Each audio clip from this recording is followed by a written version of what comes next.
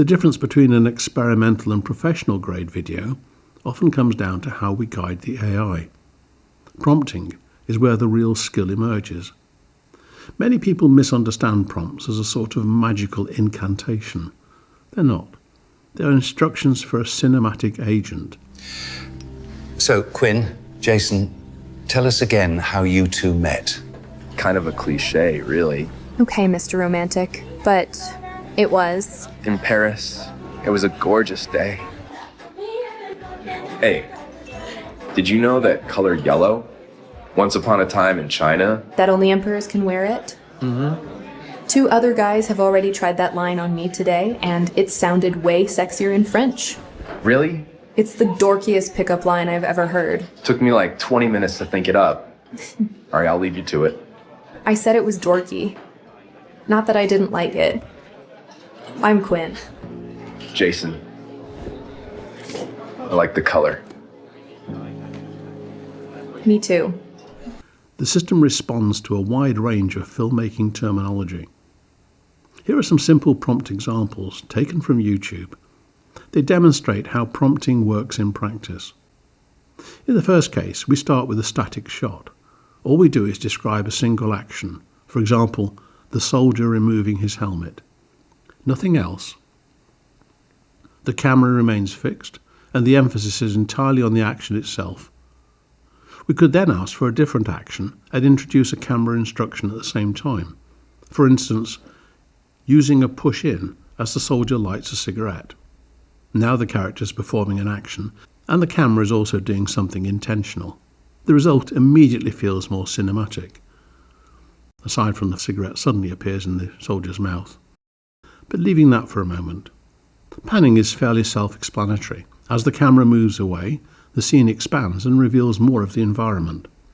The handheld shot works in a similar way, but instead of a smooth, controlled movement, we ask for a sense of instability. In this example, the prompt includes very specific instructions.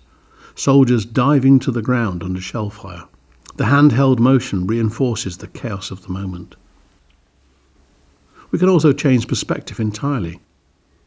Using a bird's eye view with the same basic prompt allows us to see far more of the battlefield and gives a completely different emotional read. Or we can rotate the camera around this plane as it's been serviced by mechanics, creating a sense of scale and activity. All of these are standard camera instructions that any filmmaker would recognize. Zoom in, zoom out, tilt up, tilt down. The important thing to understand is that modern video generators respond very well to this kind of language. You're not inventing anything new here, you're simply directing. One particularly useful tool in prompting is a negative prompt. Sometimes it's not about what you want to include, but what you want to exclude or remove. In this example, we can see the soldier's gun fires and the smoke, even though he's not aiming it. That's not what we want. So we explicitly tell the system what to avoid. We create a negative prompt saying, completely silent, no gunshots, no trigger pull, no smoke. And when we do that, the unwanted behavior disappears and the scene plays as intended. Another important concept is the anchor prompt.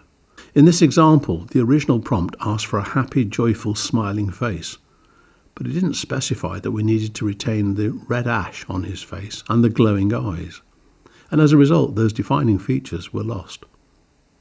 An anchor prompt would solve that problem by explicitly telling the system which elements must remain unchanged. This would have been particularly useful in the Moortviker video, where some of the characters began to drift from 3D animated style towards something more human. An anchor prompt helps lock the system into the style identity you want to preserve.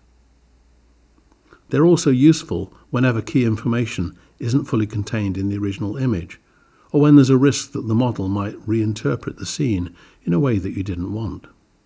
The next example uses a cut prompt. Here, we specify the cut, but allow the system to decide when to cut. This time, there are 3 consecutive cuts. But instead of allowing the system to decide when to cut, We specify exactly when particular actions should occur using timestamps.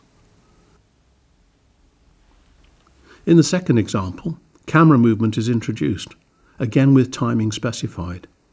This level of control is extremely useful when you want the video to behave like something that's been carefully directed, rather than loosely generated.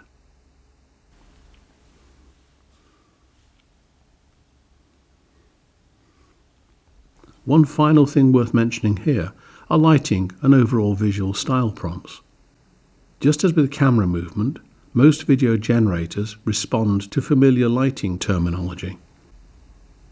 Simple phrases like golden hour, blue hour, soft ambient light or high contrast dramatic lighting can have a significant impact on the mood of a scene.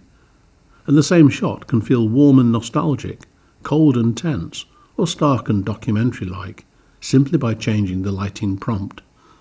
Style prompts work in much the same way. You can guide the system using broad filmmaking language, film noir, documentary, epic, cyberpunk, music video. If you'd like a peek at how the professionals use prompts, here is one from the film 7 Minutes to Live, made by PJ Ace using Gemini 3 and Veo 3.1.